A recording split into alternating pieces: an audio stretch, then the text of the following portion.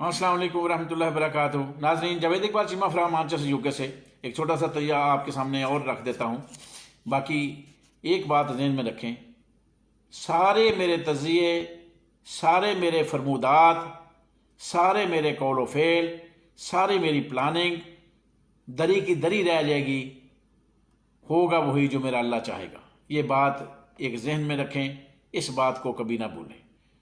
वो 25 करोड़ आवाम हूँ, चाहे सारी दुनिया मिल के भी जो भी करना चाहे कर ले, होगा वही आखिर में जो मेरा अल्लाह चाहेगा। तो नाज़रीन, बात बड़ी वाज़ेह है। अब ये बात मैं इमरान खान के और वर्कर्स के बारे में कह रहा हूँ कि बात बड़ी वाज़ेह है, सच है, हक है, हकीकत है कि जब तक इमरान खान जिंदा है, पीटीआई वर्कर्स का एक ही मूड है, कि कोई भी पार्टी के अंदर हो, असद उमर हो, कुरैशी हो, खटक हो, कोई भी हो, वो पीटीआई वर्कर्स के लिए काबिल एहतराम है उस वक्त तक जब तक इमरान खान का वो वफादार है।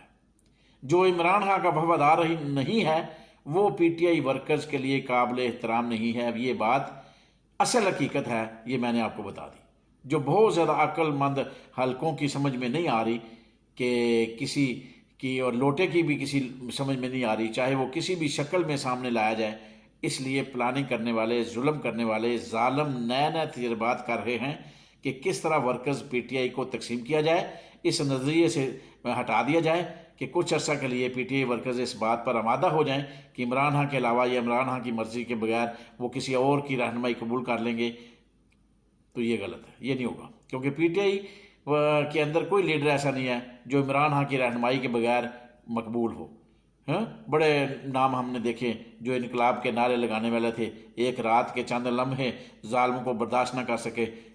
तो इनकलाब इस तरह तो नहीं आते। इनकलाब के लिए इमरान खान ने शौर दे दिया है, इमरान खान ने अपने हिस्से का काम कर चुका है और कर दिया है।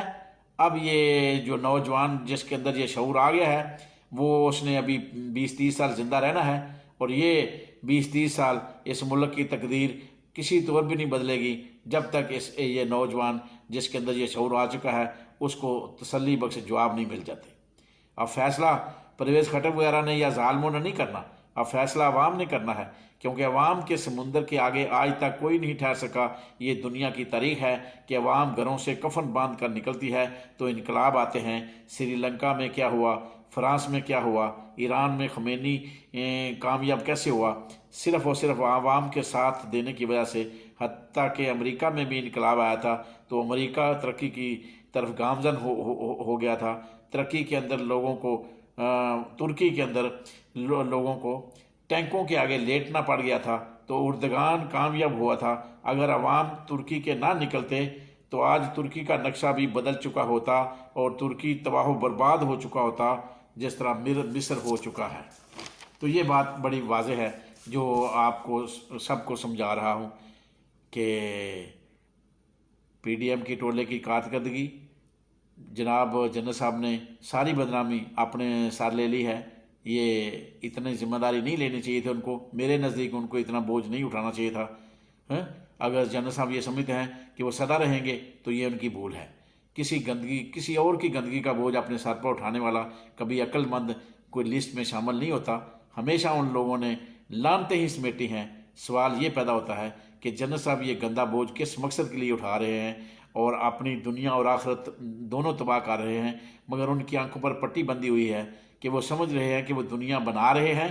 यही धोखा है जिस धोखे में मुसलमान जहन्नम खरीदता है और उसे शैतान पता भी नहीं चलने देता कि किस तरह वो हमदर्द बनकर मशवरा देता है और मुसलमान जहन्नम में चला जाता है।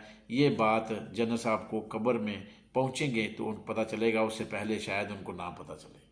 पहले अगर वो महसूस कर लें तो ये बहुत बड़ी गनीमत है।